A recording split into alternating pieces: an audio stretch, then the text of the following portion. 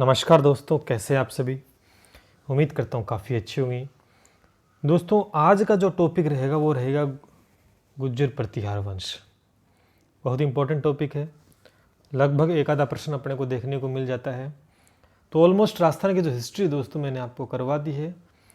शायद इसके अलावा कुछ बचा है या वो देख लेता हूँ मैं, और या कल से आपका राजस्थान कल्चर भी दोस्तों शुरू हो जाएगा। कोशिश ये रहेगी, अगर कोई टॉपिक नहीं बचता मेरे हिसाब से मैंने सभी करवा दिए हैं, जो कि बहुत ही इंपॉर्टेंट है, बहुत ही महत्वपूर्ण है। और सभी भर्ती परीक्षाओं में जो टॉपिक्स मैंने करे वहीं से प्रश्न बनते हैं, और फिर भी मैंने कोई छोड़ा नहीं है। तो आज हम जो पढ़ने वाले हैं वो गुज्जर प्रतिहार वंश। बहुत ज़बरदस्त क्लास होने वाली है आज की। तो लाइक कर देना दोस्तों, शेयर मार देना, सब्सक्राइब कर लें नहीं किया तो। चलिए आगे बढ़ते हैं। और फॉलो नहीं किया तो फॉलो भी आप कर सकते हैं हमें इंस्टाग्राम के ऊपर। यहाँ पे भी आपको कोई मोटिवेशन चीज़ें देखने को मिलेंगी। और पीडीएफ के लिए यहाँ पर आप जा सकते हैं। मेरा टेलीग्राम चैनल है मैथ्स के नायक नाम से।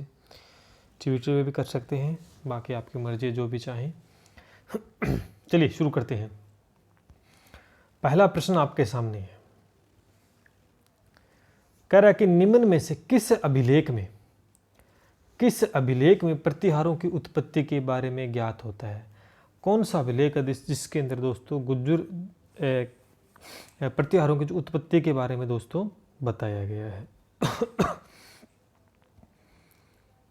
बताइए दोस्तों, क्या उत्तर होगा इसका।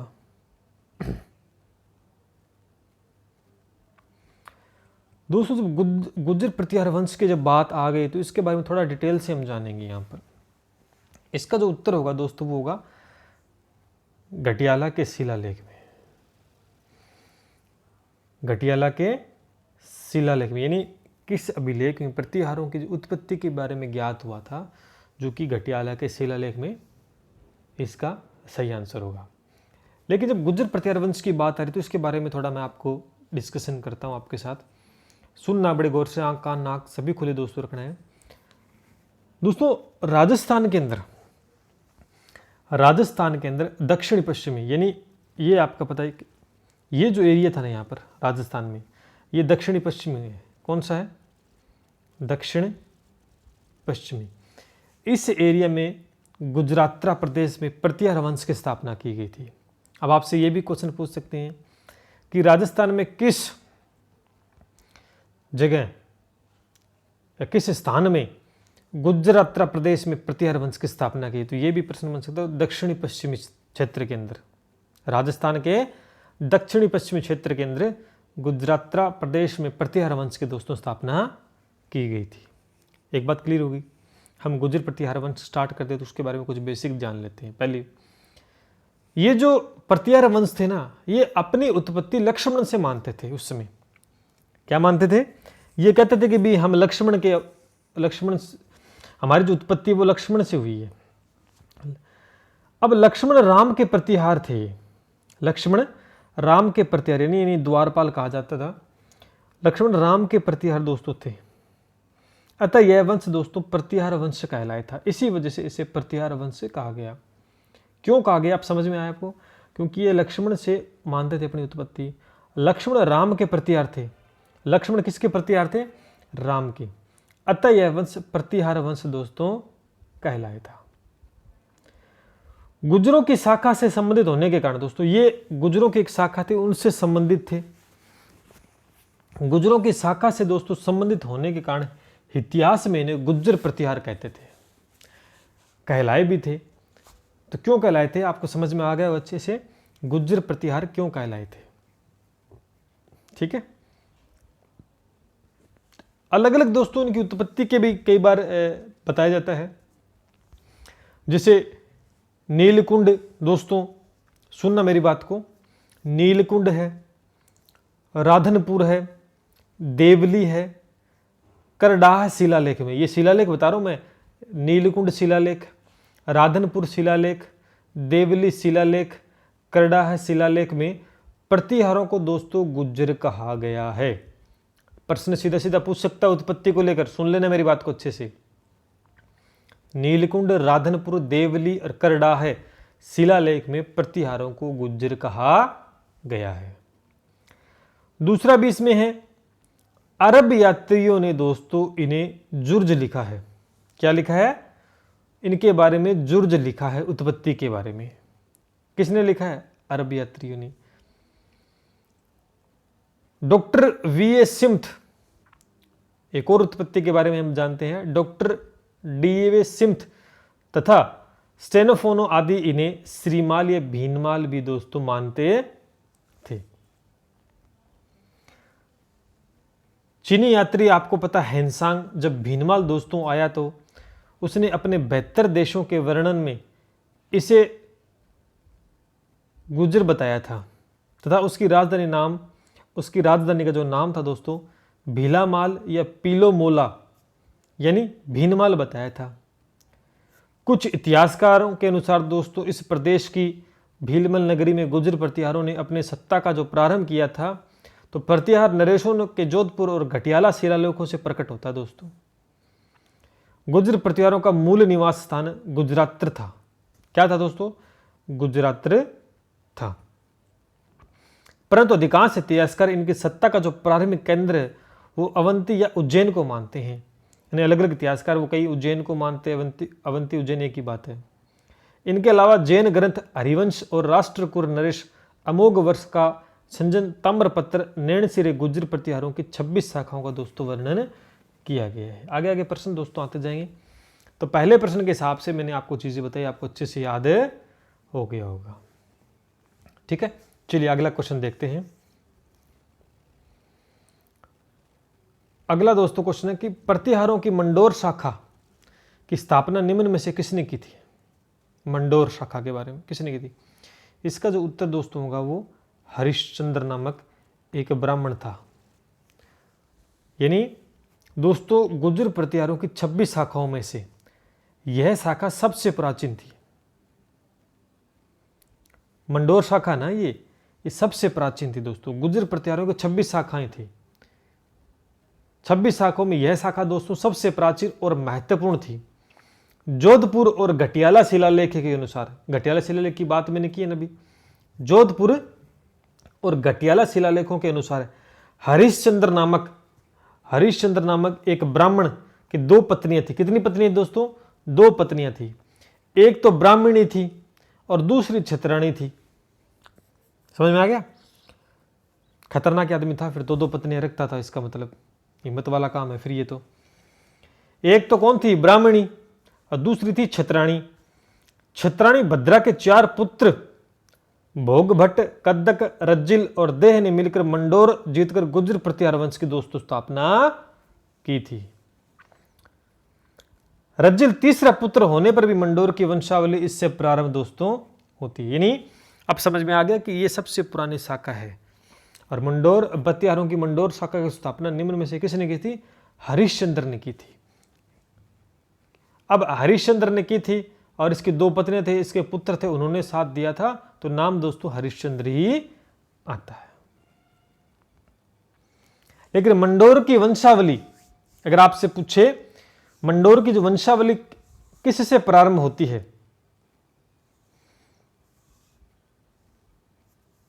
रज्जिल से। किससे? ये लिखा हुआ है 2 नंबर ऑप्शन, ये पुत्री था, इससे प्रारंभ होती है। आपसे प्रश्न घुमा के पूछ सकता है कि मंडोर की वंशावली किससे प्रारंभ होती है? तो रज्जिल से। ये किसका पुत्र था? क्षत्राणी भद्रा के 4 पुत्रों में से एक पुत्र दोस्तों था। ठीक है, चलिए आगे बढ़ते हैं। फिर चीजें अच्छे से समझ में आ रही है मेरे हिसाब से। मंडोर गुर्जर, एक क्वेश्चन बहुत अच्छा मैंने बताया आपको कि मंडोर है वो गुर्जर प्रतिहारों की दोस्तों सबसे प्राचीन शाखा थी। और इस एक चीज और, जो हरिश्चंद्र था ना, गुर्जर प्रतिहारों का आदि पुरुष या मूल पुरुष हरिश्चंद्र को माना जाता है, क्योंकि इसने स्थापित की थी इस शाखा को, सबसे प्राचीन है, इसलिए इस हरिश्चंद्र को दोस्तों आदि पुरुष और मूल पुरुष भी दोस्तों माना जाता है। चलिए आगे बढ़ते हैं। तो क्लास अच्छी लग रही तो लाइक शेयर करते जाइएगा। क्वेश्चन तीसरा देखो, सीधा क्वेश्चन में अगर करवा दूं कि इसका उत्तर ये होगा ये होता, तो फिर तो रटने वाली बात होगी, मजे वाली बात नहीं। क्लास को इंटरेस्ट बढ़ाना है, चीजें रिलेट करके चलनी है, एक एक क्वेश्चन इंपॉर्टेंट है दोस्तों। प्रतिहार शासक नागभट्ट की राजधानी थी। प्रतिहार शासक नागभट्ट की राजधानी थी। अब ये नागभट्ट कौन सा दोस्तों? ये प्रथम नागभट्ट है। यहाँ मैंने लिखा नहीं है, नागभट्ट प्रथम, ध्यान कर लेना, नागभट्ट प्रथम की राजधानी क्या थी दोस्तों? इसने कौन सी राजधानी बनाई थी? इसने दोस्तों भीनमाल, और वो कहाँ पर थी दोस्तों? जालौर में। तो यहाँ पर उत्तर घुमाकर आपसे पूछा जाएगा। अगर यहाँ पर कई बच्चे ने अगर भीनमाल रट रखा है तो वो यहाँ दिखाई नहीं देगा, तो वो कहेगा यार भीनमाल तो है ही नहीं, लेकिन पेपर वाला जालौर दे देगा, तो इसका मतलब भीनमाल कहाँ पे था? जालौर में। तो जालौर होगा इसका उत्तर, ठीक है। जब नागभट्ट प्रथम की बात आई गई है तो इसके बारे में थोड़ा हम डिटेल से जाने लेते हैं, ठीक है। क्या है नागभट्ट के बारे में कुछ बातें दोस्तों? ये नागभट्ट जो प्रथम है, मैं यहां लिख देता हूं प्रथम, इसका जो समय था दोस्तों, वो समय था 730 ईस्वी से लेकर दोस्तों 760 ईस्वी तक इसका समय रहा था। पहला क्वेश्चन तो ये नोट कर लो अगर पूछा जाए तो।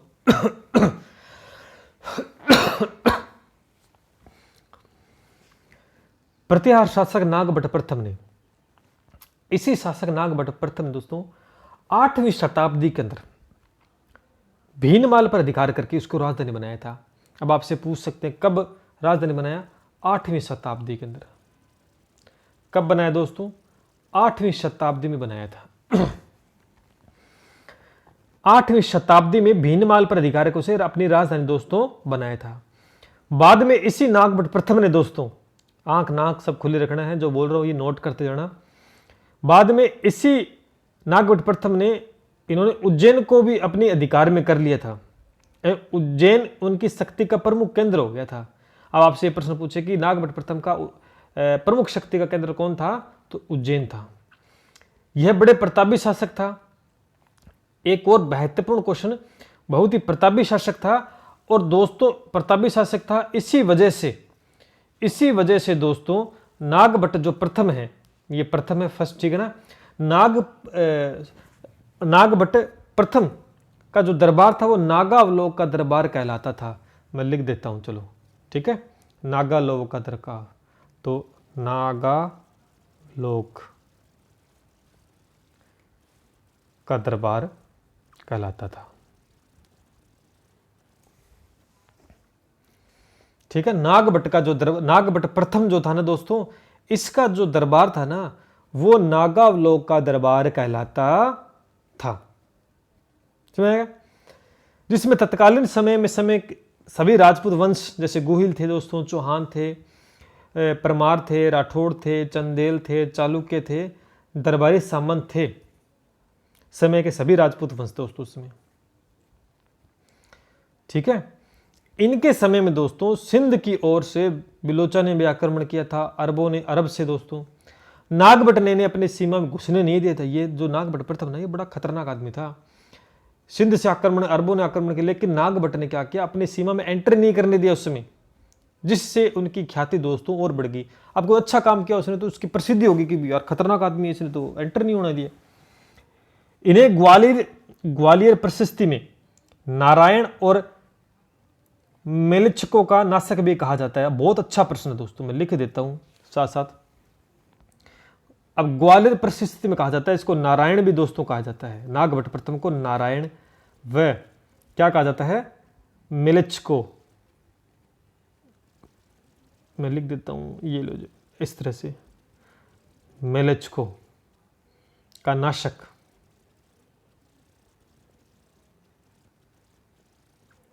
भी कहा जाता है। तो आपसे पूछ सकते हैं नारायण किसे कहा जाता है ग्वालियर शिलालेख में, प्रशस्ति में, या मेलचको का नाशक किसे कहा जाता है? प्रतिहार वंश का शासक, प्रथम शासक नागभट्ट प्रथम को दोस्तों कहा जाता है, ठीक है। अगर नागभट्ट प्रथम के, अगर आपको यह पूछ ले नागभट्ट प्रथम उत्तराधिकारी कौन थे? कुक्क व देवराज थे, ठीक है।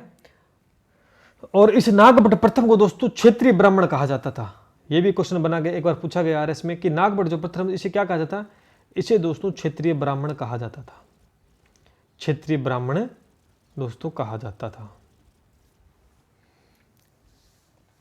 चलिए, तो उम्मीद करता हूं चीजें अच्छे समझ में आ गई। क्वेश्चन आगे बढ़ते हैं और ज़्यादा बातें हम आगे डिस्कस करेंगे। आपको इसी क्वेश्चन में सारा करवा दिया। तो मैंने इस क्वेश्चन के अंदर नागभट्ट प्रथम के बारे में आपको बातें बताई दोस्तों, ठीक है, चलिए आगे बढ़ते हैं।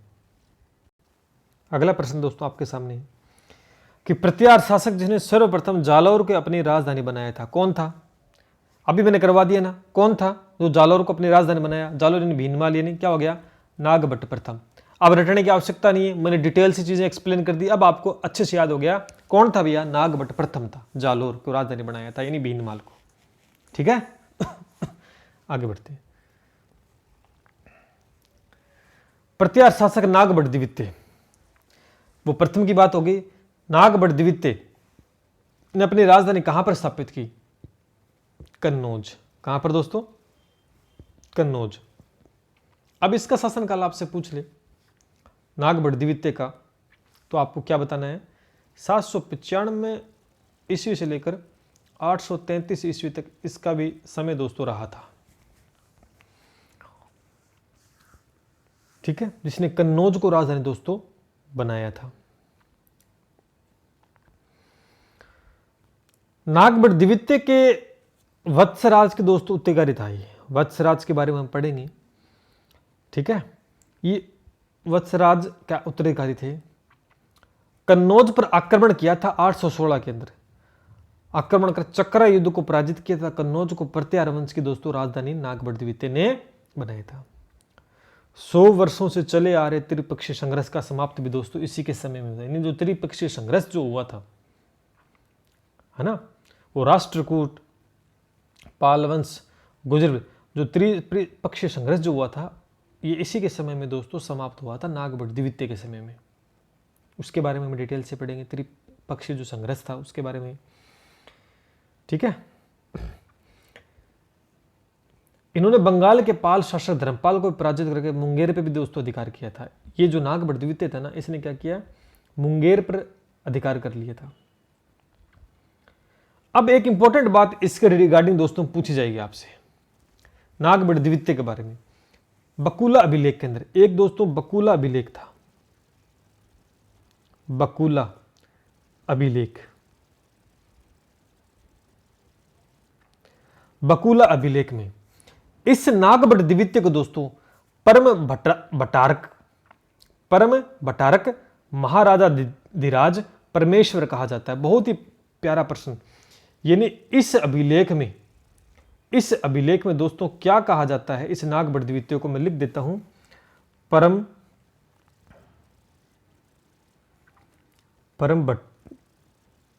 भट्टारक महाराजा धीराज परमेश्वर कहा जाता है। बहुत ही प्यारा क्वेश्चन है कि प्रतिहार वंश का जो नागभट्ट द्वितीय था ना, उसको किस अभिलेख में प्रश्न पूछ सकता है कि परम भट्टारक महाराजा धीराज परमेश्वर कहा जाता है? तो बकुला अभिलेख में, या बकुला अभिलेख में क्या कहा गया है? तो इस तरह का दोस्तों आपसे प्रश्न पूछा जाता है। ठीक है, ध्यान करना इस बात को। और एक और इसकी मृत्यु को लेकर एक प्रश्न है कि नागभट्ट द्वितीय ने, जो नागभट्ट द्वितीय, इसने क्या किया? 833 के अंदर कहा जाता है, 833 ईस्वी के अंदर गंगा में डूबकर इसने आत्महत्या कर ली थी। किस में डूब करे? गंगा में डूबकर। तो डूब गया, तो इसका वही क्वेश्चन खत्म हो गए यहीं इसके। आगे बढ़ते हैं, अगला प्रश्न देखते हैं। प्रसिद्ध खगोलविद ब्रह्मा गुप्त व महाकवि माघ की नगरी के तौर पर जानी जाती है। कौन सी नगरी जानी जाती है दोस्तों, बताओ? भीनमाल। कौन सी है?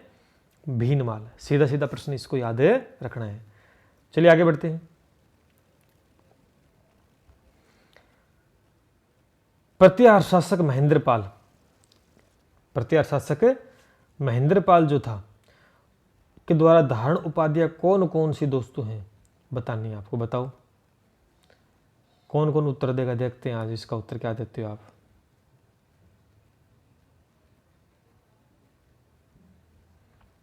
तो चीजें दोस्तों आपको ध्यान में रहनी चाहिए। दोस्तों सभी होंगे इसका उत्तर, मैं ही बता देता हूं आपको। इसका जो उत्तर होगा वो सभी होगा। ठीक है। परम बटारक, परम भागवत और महाराजा दिचार परमेश्वर की उपाधियां भी महेंद्रपाल ने दोस्तों धारण की थी। ठीक है, तो ये चीज़ आपको ध्यान में रखनी। चलिए आगे बढ़ते हैं इसी के साथ। अगला क्वेश्चन देखते हैं क्या आता है।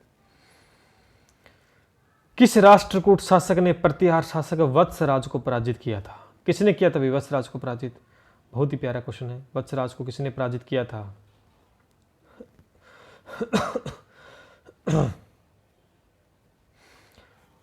ध्रुव फर्स्ट ने पराजित किया था।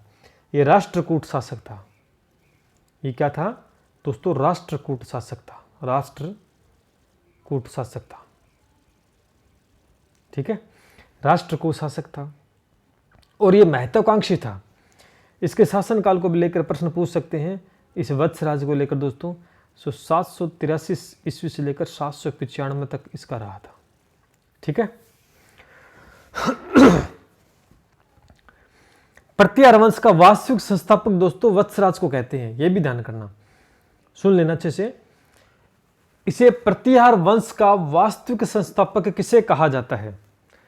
वास्तविक दोस्तों वत्सराज को ही कहा जाता है। इसने दोस्तों कन्नौज का एक शासक था, उसको भी दोस्तों हराया था इंदिरा युद्ध में।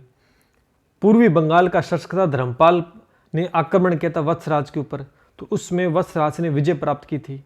तो बहुत ही खतरनाक आदमी था, मतलब इसकी लगभग जीत हुई थी, इसलिए इसे प्रतिहार वंश का वास्तविक संस्थापक दोस्तों कहा जाता है।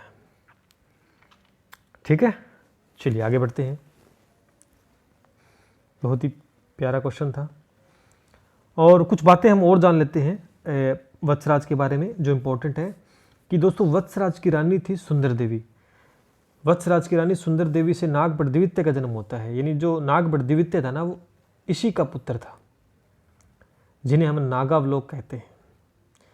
इन्हीं के समय दोस्तों उद्योतन सूर्य ने कुवलय माला और जैन आचार्य जिनसेन ने हरिवंश पुराण की दोस्तों रचना की थी। एक बहुत अच्छा क्वेश्चन बताऊं आपको इस वत्सराज के बारे में जो बहुत बार पूछा जाता है। ओशियों का मंदिर नाम सुना आपने? जोधपुर में है ओशियों का मंदिर। ओशियों का मंदिर सुना नाम? कहां पर है? जोधपुर में। उसका निर्माण इसी आदमी ने करवाया था। किसने? इस वत्सराज ने। अब ओशिया प्रसिद्ध क्यों है आपसे? चलो एक और क्वेश्चन मैं आपसे पूछता हूं कि भाई मैंने ओशो का मंदिर बता दिया, जोधपुर में है, इसका निर्माण मैंने बता दिया इस वत्सराज ने करवाया था। मैं आपसे एक क्वेश्चन पूछता हूं, आप लगातार पढ़ते हो डेली, है ना, रोज पढ़ते हो। ओशो का मतलब क्या है यहां पर? ओशिया क्यों प्रसिद्ध है बताओ? कोई बताएगा? चलो वेट करता हूं मैं आपके कमेंट का। कौन बताएगा? दोस्तों चीजें आप पढ़ो तो उसके आसपास की चीजें भी दोस्तों आपको ध्यान में रखनी है। ओशिया दोस्तों सूर्य व जैन मंदिरों के लिए प्रसिद्ध है। किसके लिए प्रसिद्ध है? सूर्य और जैन मंदिरों के लिए प्रसिद्ध है। नोट कर लो इस क्वेश्चन को। ठीक है। जोधपुर के अंदर है, निर्माण वत्सराज ने करवाया था। और ओशियों को राजस्थान में क्या कहा जाता है? एक और क्वेश्चन, एक और बढ़िया क्वेश्चन आपके सामने है। एक और बढ़िया क्वेश्चन, ओशियों को राजस्थान में क्या कहा जाता है? वत्सराज ने निर्माण करवाया ओशियों का मंदिर, क्या कहा जाता है? भुवनेश्वर कहा जाता है दोस्तों। राजस्थान में भुवनेश्वर कहा जाता है ओशियों को। यह भी ध्यान आपको करना है, भुवनेश्वर कहा जाता है। एक और क्वेश्चन पूछ लेता हूं मैं, चलो लगे आता आपसे कि आपको कितना आता मैं देखता हूं। ओशिया में ओशिया माता का मंदिर है। अब ये ओशिया माता का दूसरा नाम क्या है ये बताओ आप। देखता हूं मैं कितनी गहराई से आप पढ़ते हो। मैंने ये तो बता दिया ओशिया माता का मंदिर है, मैं ये जानना चाहता हूं कि ये दूसरा नाम क्या है ओशिया माता का। कौन बताएगा? देखते किसकी तैयारी तकड़ी है।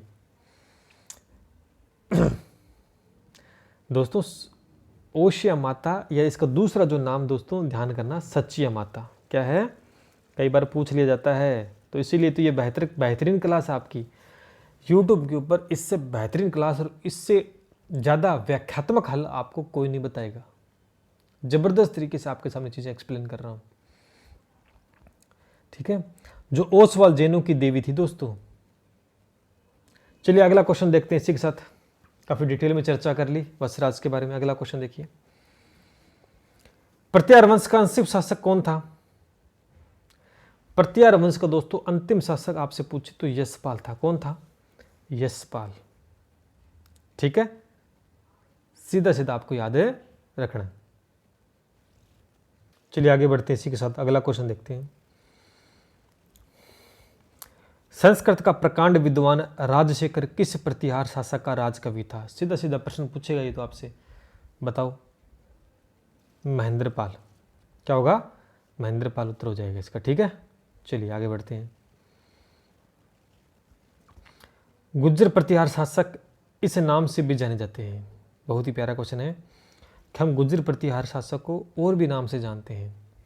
वो क्या नाम है? वो दोस्तों है अग्निकुंड राजपूत। क्या होगा? अग्निकुंड राजपूत नाम से भी दोस्तों हम गुज्जर प्रतिहारों को जानते हैं, ठीक है। चलिए आगे बढ़ते हैं। वह प्रतिहार शासक जिसके दरबार को नागावलोक का दरबार व राजा को नागालोक कहा जाता था। मैंने बता दिया, शुरू मैंने थ्योरी डिस्कस की थी आपके साथ में, तो इसका उत्तर तो आप फटाक से बता दोगे, मुझे पता है। कौन है? नागभट्ट प्रथम, ठीक है। चलिए आगे बढ़ते हैं। अगला प्रश्न,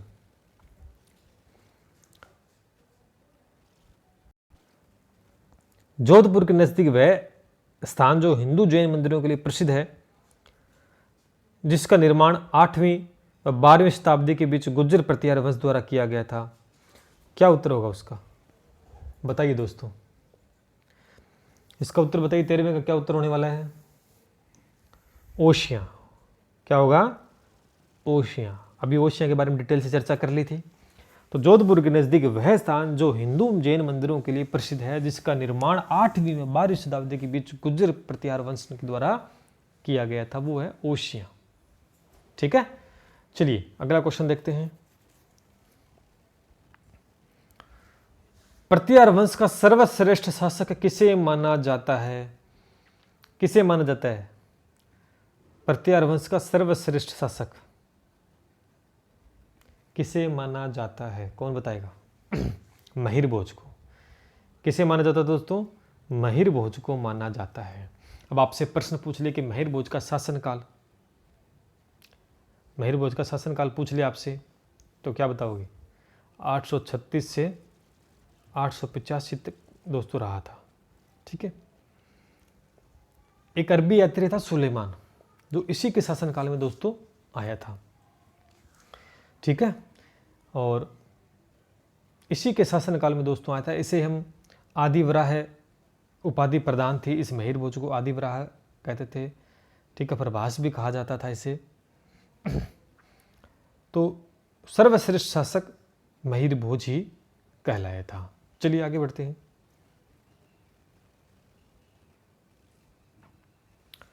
आदिवराह उपाधि, मैंने अब देखो अभी क्वेश्चन भी आगे कि निम्न में किस प्रतिहार राजा ने आदिवराह की उपाधि धारण की थी?